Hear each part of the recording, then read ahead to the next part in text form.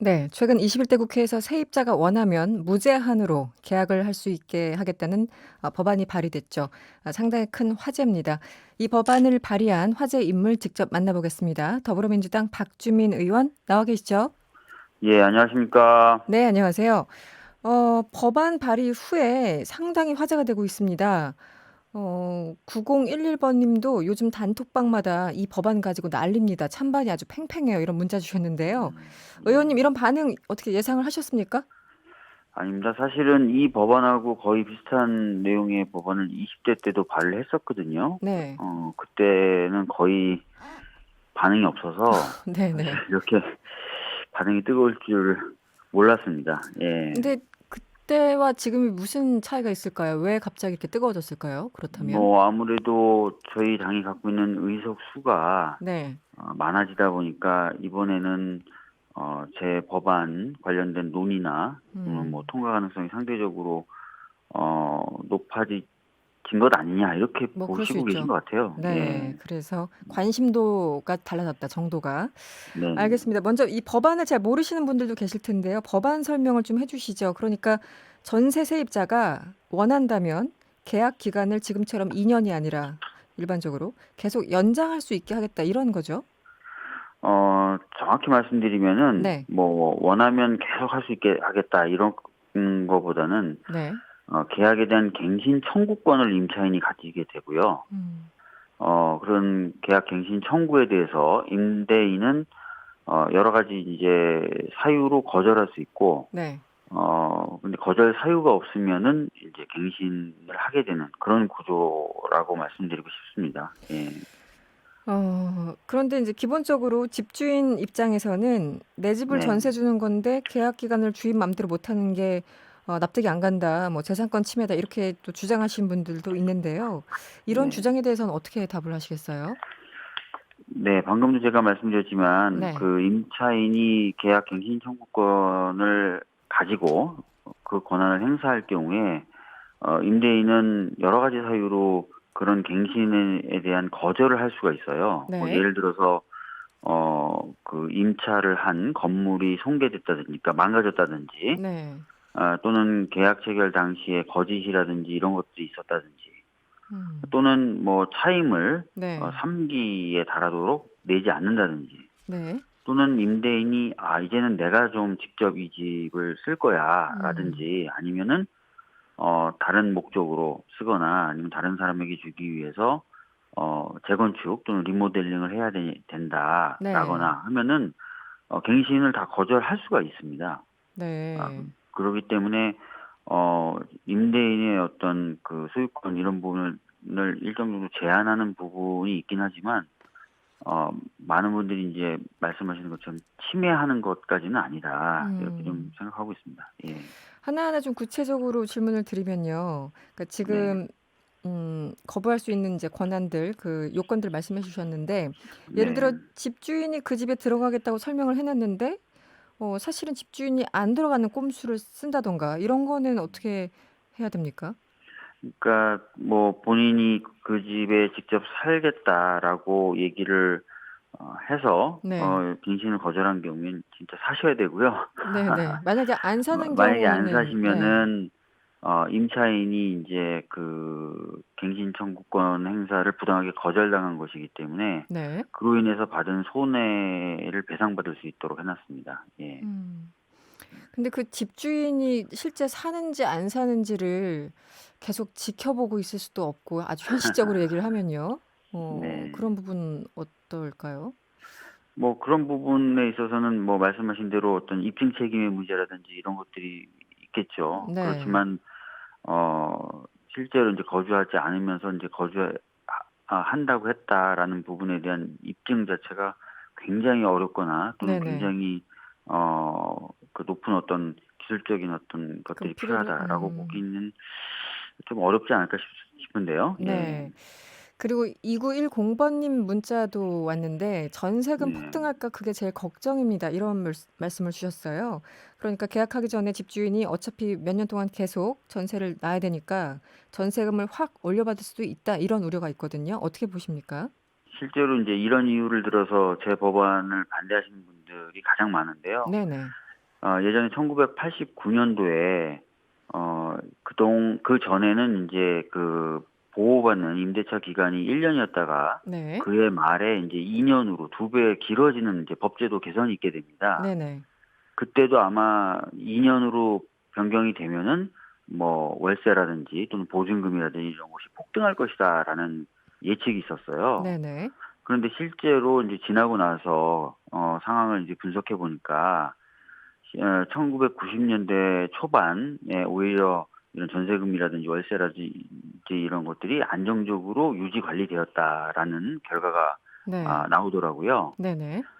그리고 이제 앞으로 인제 이 임차 기간을 뭐 4 년, 뭐 6 년, 9년 이런 단위로 쭉 늘려가 봤을 때 과연 그러면 전세금이나 아니면 월세 같은 것이 올라갈 것이냐에 대한 시뮬레이션 한 보고 자료도 있는데 네네. 우려하시는 것만큼 폭등하는 것이 아니다. 음. 시장에서 일반적으로 상승하는 정도의 상승만 있을 뿐이다. 이런 시뮬레이션 결과도 있습니다. 예. 그런데 이제 그 1 년에서 2 년으로 늘어나는 것과 또 2 년에서 무제한으로 늘어나는 거는 기본적인 또 차이가 있고 뭐 물론 지금 네네. 시뮬레이션 자료가 있다고 하셨으니까. 네네네.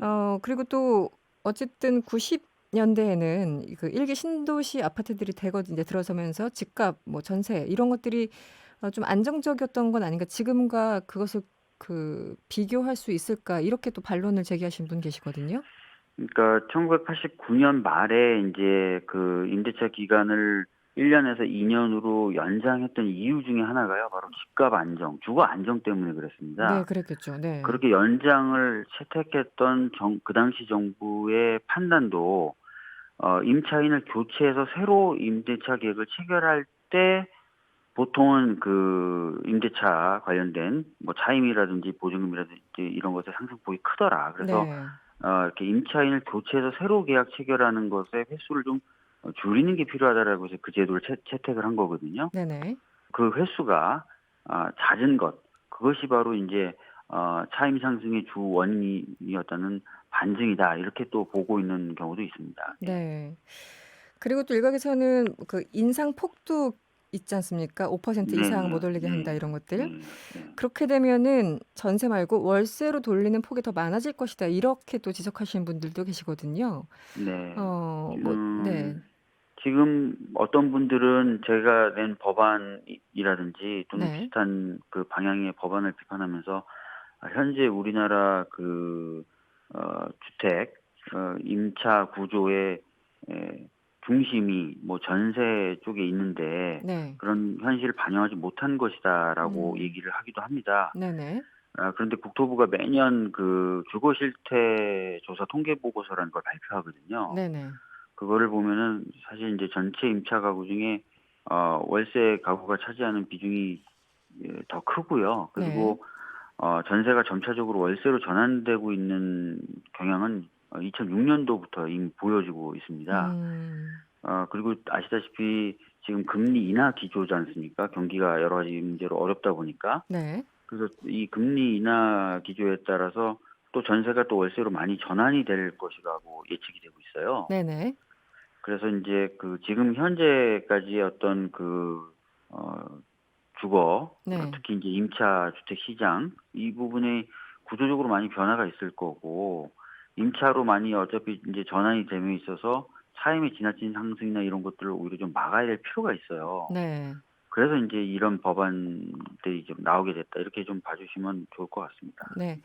그리고 일각에서는 뭐 지금 야당에서도 하는 얘기인데 "주거 양극화 고착된다." 이런 우려. 그러니까 예를 들어 2390 번님이 문자 주셨는데 "미래의 세입자들에게 사다리 걷어차기 아닌가요?" 이렇게 지적을 하신 분. 왜냐하면 "인기 지역 세입자들은 나오지도 않을 텐데 권리금 주고 들어가야 음. 됩니까?" 이렇게 또 지적하신 분 계시고 음. 528 번님은 "공급을 늘려야 해결되는 문제 아닌가요? 주요 지역 아파트는 한정돼 있는데요." 이렇게 얘기를 하시면서 양극화를 걱정하시는 분들도 계십니다. 예 답을 좀 네. 주시면요. 네. 뭐 아무래도 이런 말씀이시겠죠. 음. 그 임차라 하더라도 네.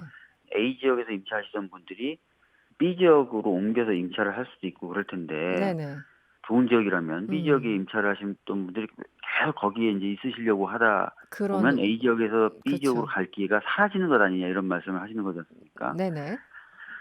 그런 부분에 대해서도 이제 여러 가지 고민은 같이 진행이 돼야 된다고 생각합니다. 네. 이건 어떻게 보면 공급적인 측면에서 좀 풀어야 될 부분이 있는데요. 네.